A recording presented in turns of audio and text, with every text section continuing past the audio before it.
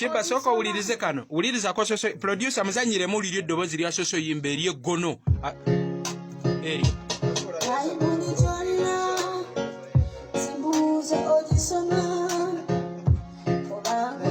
Nga tonnafate weevumanga nsi ate n'ekirala togambanga Katonda nti aluddewo okukola ebinene mbulamu bwo. Sheebah omulalu abantu gwe balabanga omulalu asi gwe balabanga ekituufu kiri nti yaliko omulalu n'ayambibwako abantu abamu n'arecoveringa. Navaayo mabega wano n'enkola story ya Sheebah era ne mumutegeera abasinga mwali mumanyi oba tutegeeza Sheebah omuyimbi naye nga si yeye. Sheebah ono yakwatagana ne mukunja atasera naye okuva ku olwo obulamu bwa Sheebah bukyuse kinene nnyo. Nakku olwaleero ndi wasanyu okukutegeeza nti Sheebah yayingidde studio era eddoboozi eryavudde mu Sheebah aga Katonda ali mu ggulu lino eddoboozi tosobola kuliwa muntu gwe bagamba nti mulalu. Kale kankwanirizeeko obuterevu ku mukutu Viki exclusive awebale gy'otuusizzaako engalamanya n'eddoboozi bampita Viki. Thank you so much for subscribing. Video nkusabye heji mpeleka like mukwano gwange oba tannaba kubeera nga ogikampera nawe atanabala kutweyungako ate mu butongole nkusabye subscribing ku channel eno ojja kufuna updates mu budde ate buli ssaawa. Kujjukiza Hajati Kaloddo omulombi w'eddowa mwabalina ebizibu eby'enjawulo enamba yebeerawo awo esembyawo 067 bw'omukubira akajja kubeera nga ate akulombereddwa ey'ensonga ne ka WhatsApp message osoloka muteerako ate ensonga ne zitambulira ddala bulungi nnyo nnyini ddala so nga ate ye Muzeeyi Kigundu akwasaganya nsonga za byabuwangwa mwabalina ebizibu nammwe eby'enjawulo mu sekita emu oba endala nga zeekuusa ku buwangwa. Muzeeyi Kigundu akugamba olubiri lwe lulisayidizaawo mu kikajjo ng'agenda enakawuka enamba esembe ya 36 gendayo weebuuze oba omukubireko akunyonyole ku nsonga z'ebyobuwangwa. Kale Sheebah yavaayo emabega kaawo n'alabikira ku social media era ebifaananyi ebyasinga okubeera nga bimutunda kyekifaananyi kye yalabikirako ne Brenda Miles.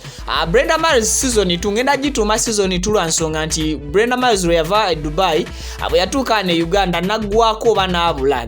The truth is naggwako si n'abula. Yes, so addamu okulabika Brenda Miles yalabika n'omuwala ono Sheebah. Bwalabika ne Sheebah era ng'omukunja atasera ye yabasisinkanya yajja kuyamba Sheebah ovuwiki nti yakola bulungi. Kati okuva ku olwo Sheebah abantu ne batandika okumutegeera ba YouTubers abamu ne batandika okugenda omuhostinga ne bamuinterviewinga ne bakyusaako ku bulamu bwe mu mbeera emu oba mu mbeera endala. Then omukunja atasera n'atandika okubeera ng'akyuse ennyumba ya Sheebah negenda ne bagimenya. Then era mukunja ng'ayita mu mbeera ze zayitamu ez'okufunira ndoozi oba oli awo omwana ono obuyambi anaafunira Sheebah ennyumba endala. So story ndoozi mulaba mbawaamu katini nnyo ejja ekula era ekula etya nga sinnaba kutwala ku ddoboozi eriri mu luyimba luno Sheebah lwalicordinze lwogenda okuwulirako era essaawa yonna lwetusuubira nti lujja kupafominga bulungi naddala ku TikTok okwo ng'abantu abaliko engeri gye baagala okwaniriza ebipya n'okuwuliriza eby'abantu aboonoonese bajja kulwagala. Ekisooka mukunja yasitudde Sheebah n'amutwala mu studio n'ayimba. Ekyaddala oba ekyamazima Sheebah yayimbye bulungi. Alina amaloboozi mu soprano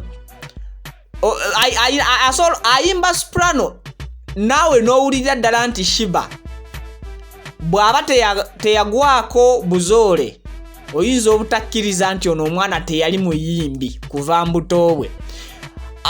Bamukyusiza ne bamuzzaako mu ddoboozi eddala ng'avudde mu soprano ne bamuteekako mu tena n'owulirira ddala Sheebah ng'akuba tena. Kati bwe njogera ku maloboozi nga soprano ne tena abamanyi ebya music musobola okukitegeera oba amanyi amaloboozi nsuubira okuba nga nammwe abasinga mukimanyiiko naddala nga mwayimbako mu kwaya ez'enjawulo. So Sheebah ayimbye mu soprano n'owulira ddala nga agumidde mu soprano tu n'adda mu tena n'owulira ddala nga Sheebah ayimbira ddala mu tena. Kale mbaweeko katini nnyo mu kennyini mwewulirireko ku ngeri Sheebah gyayimbyemu eddoboozi era ne producer gwe babadde naye n'abagamba ng'oba oli awo we baali balwayo edda okuleeta Sheebah talent ye egende maaso n'okubeera nga evumbulwa mu ngeri emu oba mu ngeri endala. Kale gwe asinzira ku Vika exclusive we nkugambira nti wa subscribinga watuufu tukuwa updates buli budde buli saawa we zijjira we tuzikuweera. So gwe kyolina okubeera ng'okola nga sinaba kuteerako Sheebah kwe kubeera ng'osubscribinga ku Vika exclusive ne video obuteerabira giwa ka like bibi bino birabe. Sheebah soka ulirize kano uliriza ko soso producer muzanyiremu uliryo Doboozi lya soso yimba ery'eggono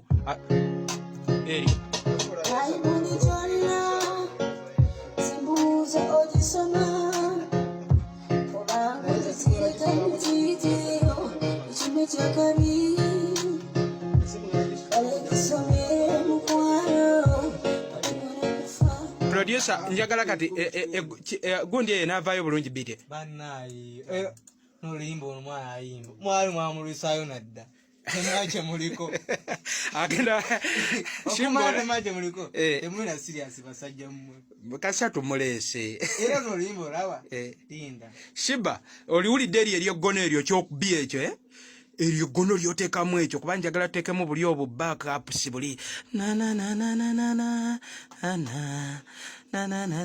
sabula embaga ateekeyo olwo